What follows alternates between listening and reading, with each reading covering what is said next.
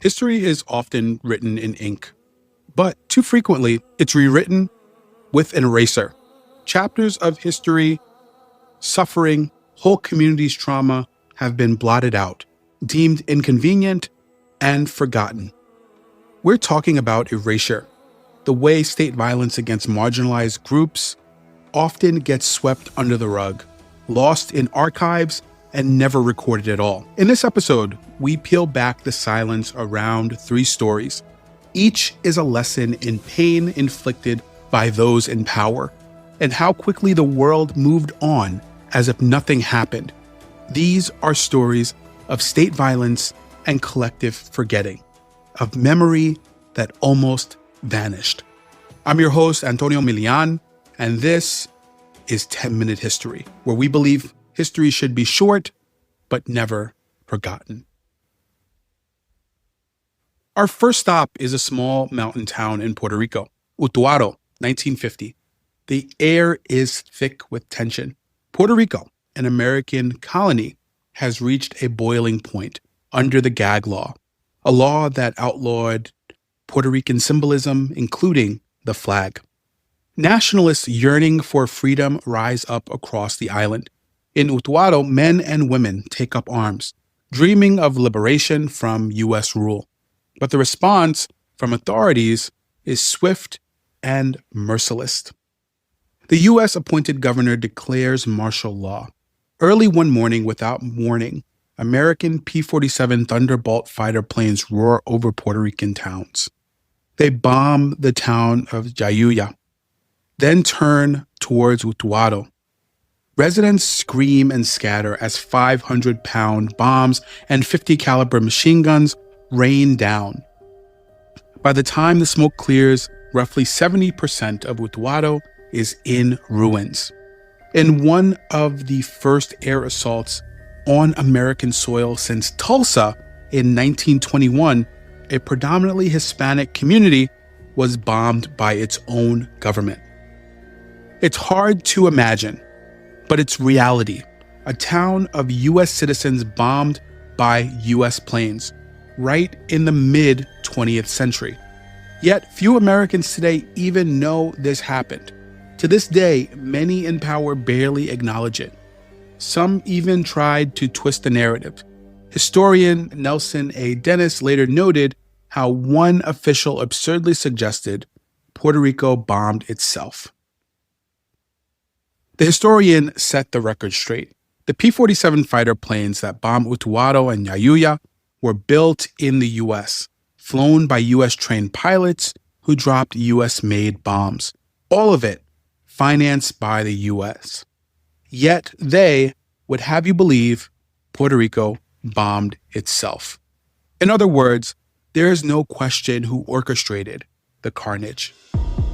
On the ground, the aftermath grew even more grim. At the Utuado police station, a group of nationalist rebels, mostly young men, have surrendered after running out of ammunition. They are disarmed, lined up, terrified. What happened next was so brutal that the locals call it La Masacre de Utuado, the massacre of Utuado. A National Guardsman manning a machine gun barks at the defenseless prisoners. Then gunfire erupts. When it's over, 4 young rebels lie dead. One 17-year-old, Antonio Gonzalez, whispers that he's thirsty, pleading for water. A guard is later described as putting a bayonet through his body. It's an unimaginable act of cruelty. Neighbors peek out of their homes horrified, calling the killers asesinos, murderers. The soldiers fire warning shots to scatter the onlookers. The bodies of the executed are left displayed in the plaza for hours, a chilling message to any who dare defy authority. According to police estimates, 28 people were killed and 50 were wounded. In the uprising across Puerto Rico, many of them died at Utuado. In the crackdown that followed, thousands more Puerto Ricans who supported independence were rounded up and arrested. The colony was silenced. The island's cry for freedom met with bombs and bullets. Think about that. This was 1950. Not 1850, not 1750, 1950. Not a battlefield in a foreign war, Vietnam or Germany, but a U.S. territory where citizens had dared to demand liberty. Instead of dialogue, they got napalm and gunfire. Instead of justice, they got mass arrest. And then, almost as painfully, they got erasure. For decades, the U.S. public knew little to nothing about what happened at Utuado. American history books seldom mention how a town in Puerto Rico was reduced to rubble by the very government that professed to champion democracy abroad. The people of Utuado were expected to simply carry on under the weight of trauma, while the mainland promptly forgot or didn't even know what happened. It's only thanks to Puerto Rican historians and survivors that these stories persist at all. They refuse to let the truth die. Still, beyond the island, the Utuado bombing has faded into obscurity. In the 1980s, activists had to remind the world of this atrocity as they pointed out that Philadelphia wasn't the first American city to be bombed by its own. Puerto Rico had already lived through that nightmare, erased, but not entirely. The echoes of Utuado's devastation lead us to another forgotten tragedy, this time in the American South. 9 years later, in 1959, while Puerto Rico was still rebuilding, a remote Arkansas reform school for Black youth became a death trap. Just outside Little Rock, down a lonely dirt road near Wrightsville, a cinder block dormitory stands in darkness. It's the early hours of March 5th, 1959. Inside, 69 Black boys, aged 13 to 17, are padlocked into their sleeping quarters for the night. They are orphans, runaways, or kids who committed petty crimes like pranks or being Black in the wrong place. Sent here by Jim Crow justice for rehabilitation. In reality, they live in hellish conditions, more like prisoners than students. Shortly after 4 a.m., a fire mysteriously ignites in the dormitory. Flames begin to devour the dry wooden structure, smoke choking the barracks. The boys jolt awake to a scene of pure terror. Fire climbing the walls. Heat intensifying, they scramble for exit. But every door is locked from the outside. There are bars on the windows. No supervisors are on duty. The lone night watchman is nowhere to be found. Panicked, the children hurl themselves against the doors that won't budge. Others run to the windows and start clawing at the mesh screens, desperate for air. Some manage to pry a couple of window screens open. Now in a frenzy, they each help each other, boosting 4 or 5 boys at a time to squeeze out of the narrow openings while the fire rages behind them. 48 boys miraculously escape into the cold night by breaking out of those windows, but 21 boys did not. In the chaos and smoke, dozens had crowded towards a corner, trapped. The lucky ones escaped, the rest were overcome. When the fire finally burned itself out, rescuers find a heartbreaking sight. In the chaos and smoke, dozens had crowded towards a corner, trapped. The lucky ones escaped, the rest were overcome. When the fire finally burns itself out, rescuers find a heartbreaking sight. 21 Black teenagers piled atop one another in a charred corner, where they desperately sought any last pocket of air. They burned alive just a few miles from the Arkansas capital. News of the Wrightsville fire briefly flashed across headlines. Outrage flickered at the horrific conditions exposed. The Negro boys' industrial school had no fire alarms, no sprinklers, no staff on duty. Reports soon revealed that for years prior, officials had ignored the squalor. Those kids had been forced to live in filth.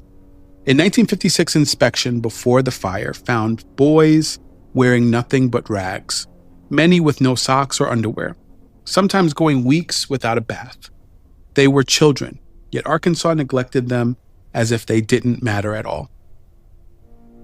And when 21 of those children perished, Arkansas leaders reacted with callous self-interest. The governor, Orville Faubus, the same governor who just 2 years earlier had infamously deployed the National Guard to stop black children from entering a white school in Little Rock, now in 1959, presided over a reform school system separated by race. How does he respond to the death of 21 black children?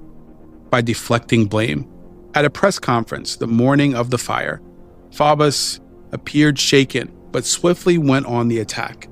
He insinuated that the black superintendent, Lester Gaines, had sole responsibility for the tragedy. He claimed Gaines failed to have someone on duty to unlock the door in an emergency. The implication was clear: the state shouldn't be blamed. It was the fault of the black administrator.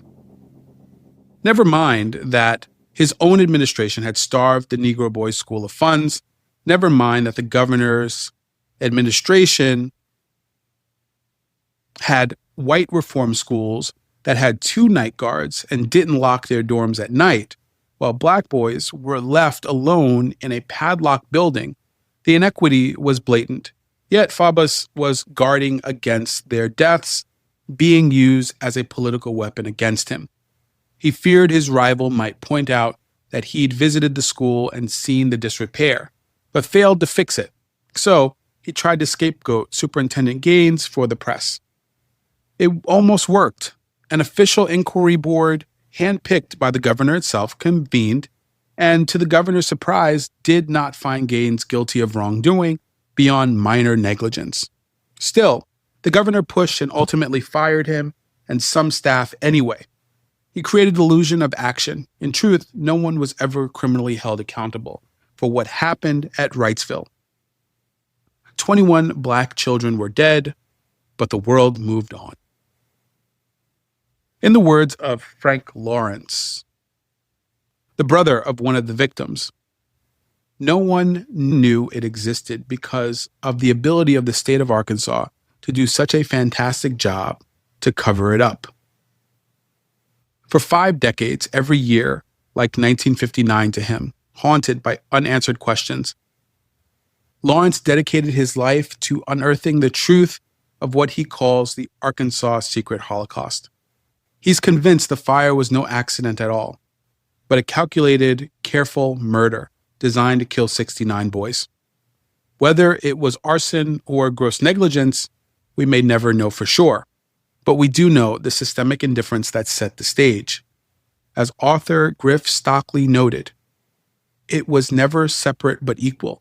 It was always unequal. Black children's lives deemed less worthy, even in death. The Wrightsville tragedy was a grim portrait of Jim Crow America.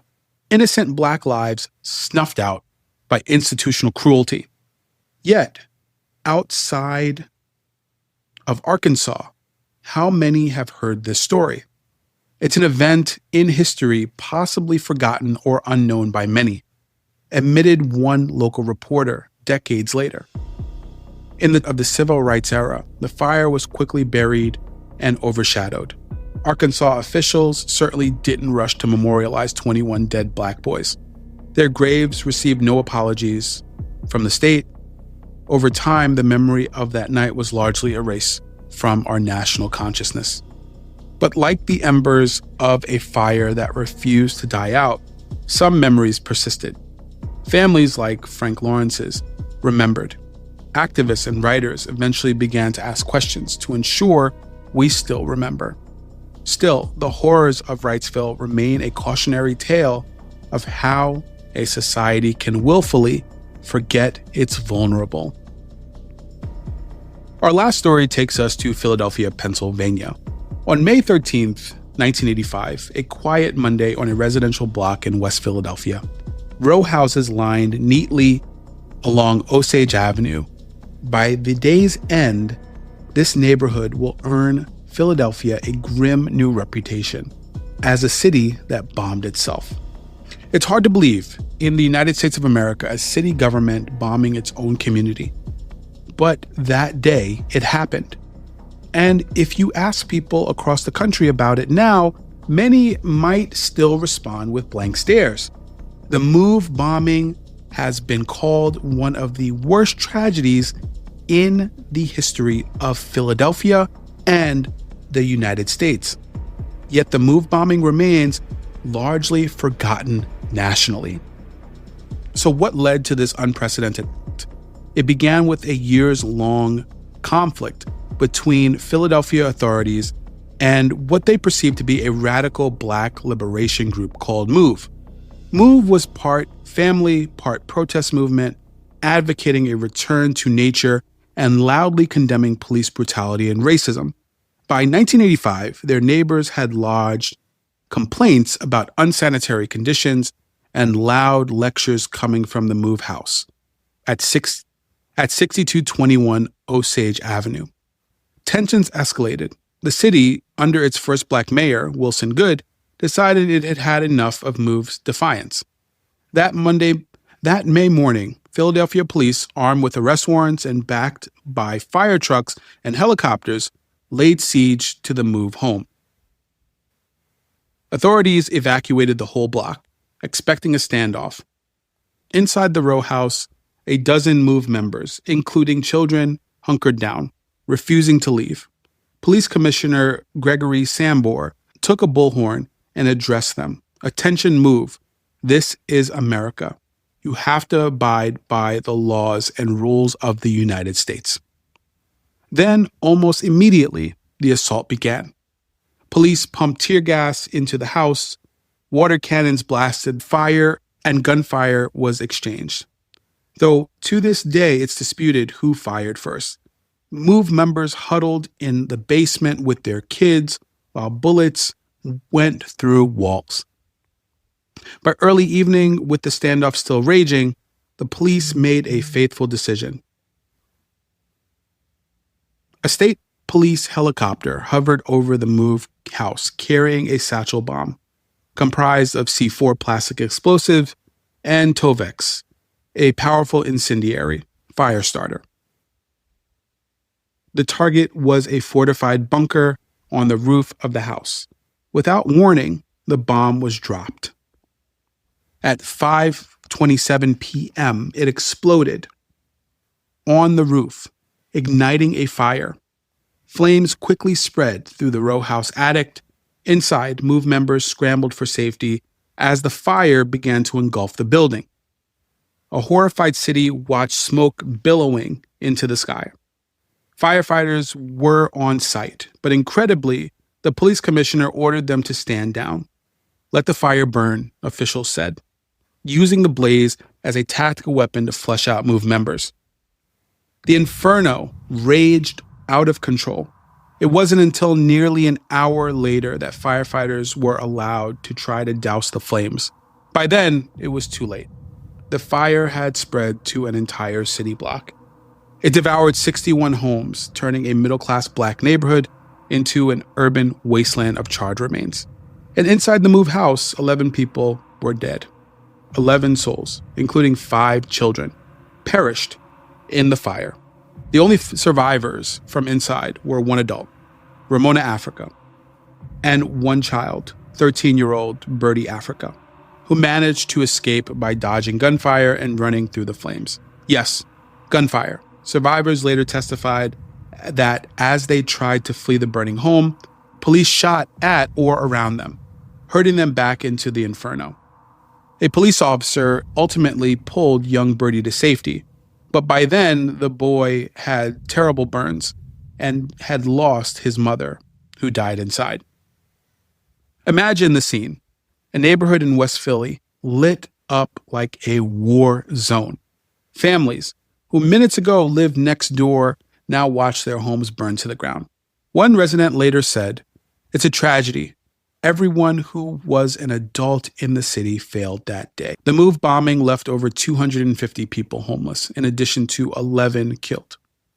It was an astonishing use of lethal force by a city against its own residents. The immediate reaction was shock and anger in Philadelphia. How could this happen?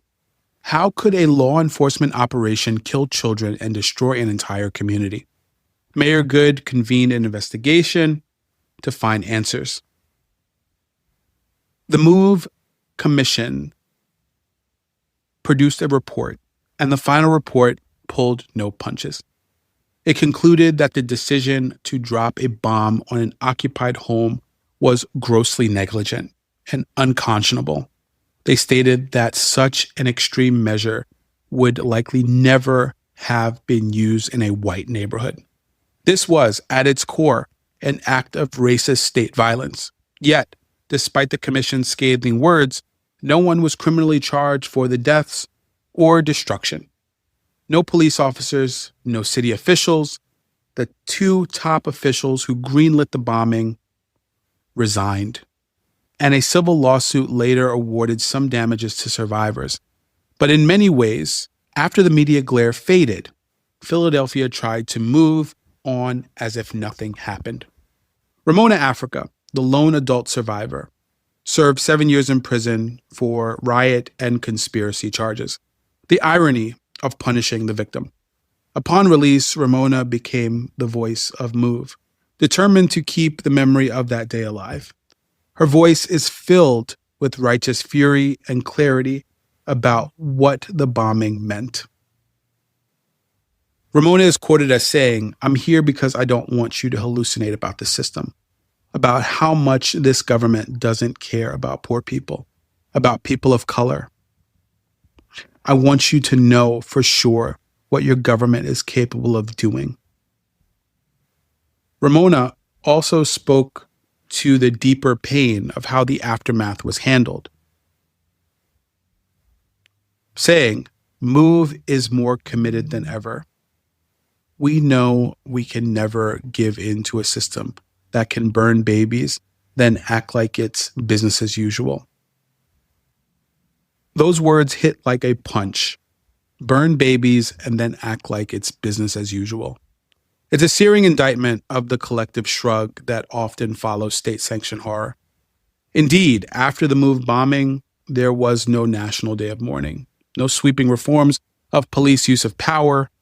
Outside Philadelphia's Black community, the story quickly receded. Within a few years, events like the Waco siege dominated the national memory of standoffs and fires, while MOVE became a historical footnote, erased in so many minds. Erased, it's such a haunting word. To erase is to wipe away, to make as if it never was. In these stories, powerful forces try to erase the trauma of the oppressed. Dropping bombs on Utuado, boys left to burn in Wrightsville, a bomb ignited in a Philadelphia neighborhood. Each time, the pattern was eerily similar. First, the violence, brutal, unjust, fueled by racism and indifference. Then, the silence, investigations stalled or shallow. Officials protecting themselves, the media spotlight moving on, the public memory fading. But listen closely. Beneath the silence, the truth still hums. Survivors whisper their memories. Communities pass down stories. Historians uncover documents. The erased are reinscribed by those who refuse to forget. These are not just tales of cruelty. They are warnings.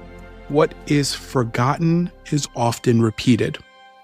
When we don't remember Utuado, we risk believing our government never would bomb its own people.